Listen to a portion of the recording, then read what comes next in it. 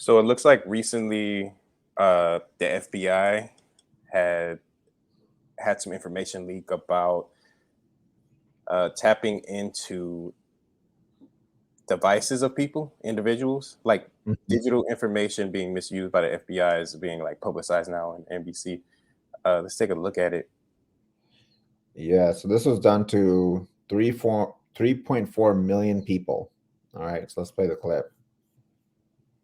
So listen, a court order released just before we came on the air says the FBI did something it shouldn't have done, that it misused information from this big database against crime victims and January 6th riot suspects and people connected to Black Lives Matter protests. According to these documents, the FBI wrongly looked up info in this digital system for information about Americans and others more than 278,000 times in 2020 and early 2021, including people arrested at demonstrations over the killing of George Floyd. And these searches continued for months after the insurrection at the Capitol. Now, listen, there is never a great time for an acknowledgement like this, but right now it is an especially not great time for the FBI, with some Republicans in Congress calling for budget cuts to the agency. And at the same time, the FBI is trying to get a law passed that would extend the very authorization they allegedly abused in this case. Let's get to Ken Delaney for more on this. All right, so as you can see, they're misusing their power. They got some legislation for doing it for foreign threats, right, without warrants, and they're like, let's just use this on the American people also without any oversight. But they got caught, hand in the cookie jar. One thing that I want to kind of point out is when Black Lives Matter movement happened, you would have expected some leaders to emerge, right, with that much of a backing, that many people coming together for a certain cause. But did you ever get a name of a leader of Black Lives Matter? You know, you heard of the movement, but was there like an MLK of Black Lives Matter? No, no. There, so people needed to be heard, or people wanted to be heard. So I know a lot of people spoke out. So it's funny because right when we came across this news, you mentioned like why would NBC be publicizing it? Because it could have just been swept under the rug and handled internally, whatever, you Mhm. know. But at the end of this clip, it mentions that they're trying to get a law passed, and I don't know if this has anything to do with it, but they're trying to get a law passed to be able to do what they were doing. To extend it, make it go on for as long as possible, because they like that power. Once you give someone power, they'll fight you to prevent you from. Yeah, yeah, true, yeah, and so it makes you wonder, like, is it being publicized to bring people aware, see how the public reacts to it? You think? Well, I think it's plausible deniability because this clip is probably the only clip that you'll find about it from MSNBC. Like, who knows Mm, if uncovered it? If they do, it's plausible deniability. So you can say that, yeah, we covered it. We did like a minute clip yeah, on it. So for sure. We had talked about earlier about in the past, if something big was happening, like the UN did a investigation on crimes against humanity by the U.S. for doing police brutality, and there was like and you can look this up. The UN put out this publication about it, and then the U.S. just said no. All these recommendations, this is all bullshit. We're not going to follow it. You don't understand us. Even though they studied 1,000 cases, you don't understand us, right? We're not going to apply this yeah, crimes against humanity.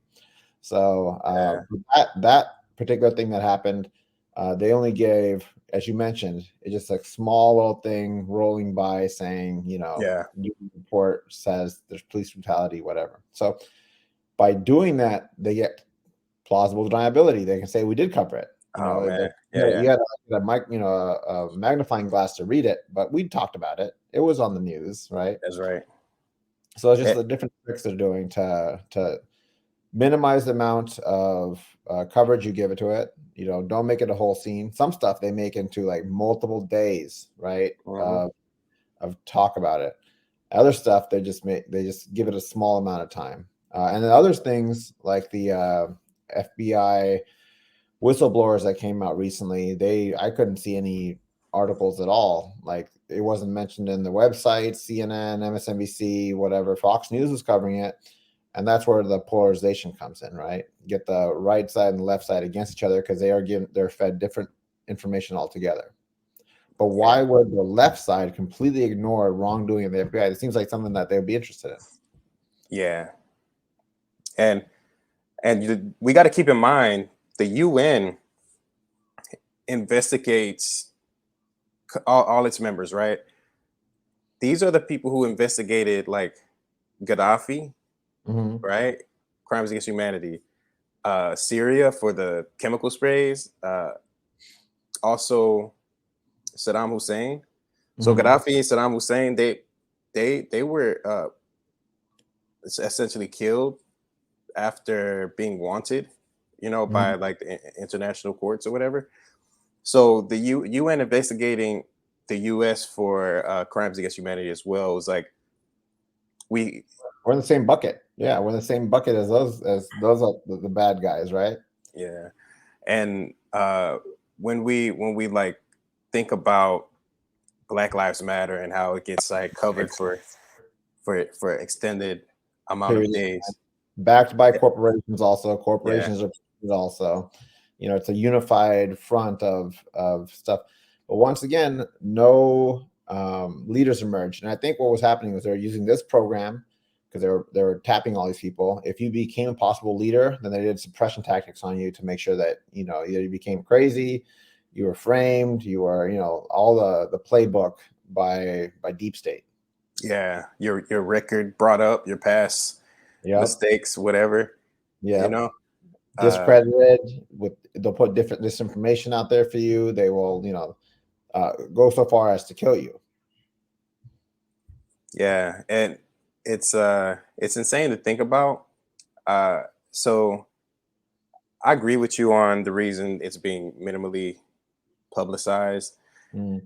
It's, so they can say they did put it out there. And the other, if it was massively publicized, I would start like getting suspicious that they wanted us to be aware of a certain tactic and see how we felt about it. That's just a theory of mine. Sometimes the media is used as a tool to persuade. Oh yeah, definitely. To make consent, to get everybody to pass certain legislation, it's well done, well crafted by them. Wow. Yeah. So the FBI misused information in a database where these events happen, and they ended up digitally surveillancing 3 million people. 3.4, yeah. 3.4 million people. The total amount of people they're doing it to, and then as the article said, it was like 260,000 or so were the U.S. folks that were being targeted. So that brings up the question: how did they choose whose phones or devices to tap? And I think that's where they're using like AI precog. So companies like Palantir with their AI for surveillance, you feed in all that data into there, and then you let the AI choose who to target or who to apply. You're monitoring all these people, but who do you actually go and like do tactics on? Like that was exposed by the whistleblowers. The whistleblowers say, hey, we're targeting people that are good people and we're doing bad things to them. But once again, some of that stuff just gets swept under the rug when it gets covered by the media. Wow. 3.4 million people, phones being tapped. That is insane. So a lot of times when I've come across people that like are having a paranoid episode, they're like, I'll be specific. I used to work at a cell phone company years ago. Every now and then you'll have somebody call in and like just say something that seemed outlandish, right? But one guy, he called and he's like, hey man, tell me the truth. I was like, what do you mean? It's like y'all be doing something to our phones. Y'all be tapping our phones. You know, I'm like, and he was convinced. He's like, it's somebody like tracking me through my phone, and he Mm. felt like I would know, right? But at the time, this is probably like 08 or 09 or something like that. Yeah, but this is happening. They expanded their capabilities after 9/11, right? Mm. So they had the Patriot Act, so they can collect data and whatnot.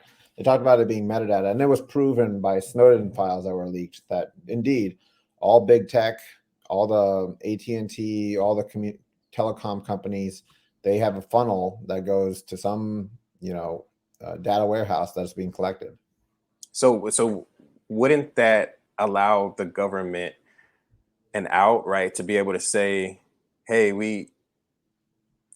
we're technically not doing this as a government. We're not doing XYZ. We're not the we're not the entity that's killing people. When you know, when we govern ourselves as police, when we police ourselves, wouldn't it give the government a chance to say, hey,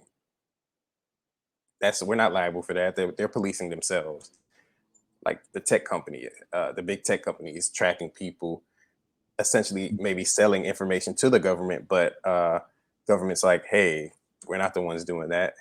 Well, no, the Snowden Is it? files showed that they tap like the underwater cables, undersea water cables. They do a bunch of stuff to extract information. So it's already been proven. This is, there's no debate. You can go on there and look at Snowden files if you want. Oh yeah, yeah. So, but what would be the motivation for companies to track us, like to Well, sell the information to the government? not necessarily sell it, but like if you want to, once you want to become a big player, you have to get in bed. If you don't get in bed, you don't get to play ball. They're going to come at you with, all sorts of regulations. Other companies will attack you. Your funding will dry up. There's a lot of ways to attack companies that don't play ball.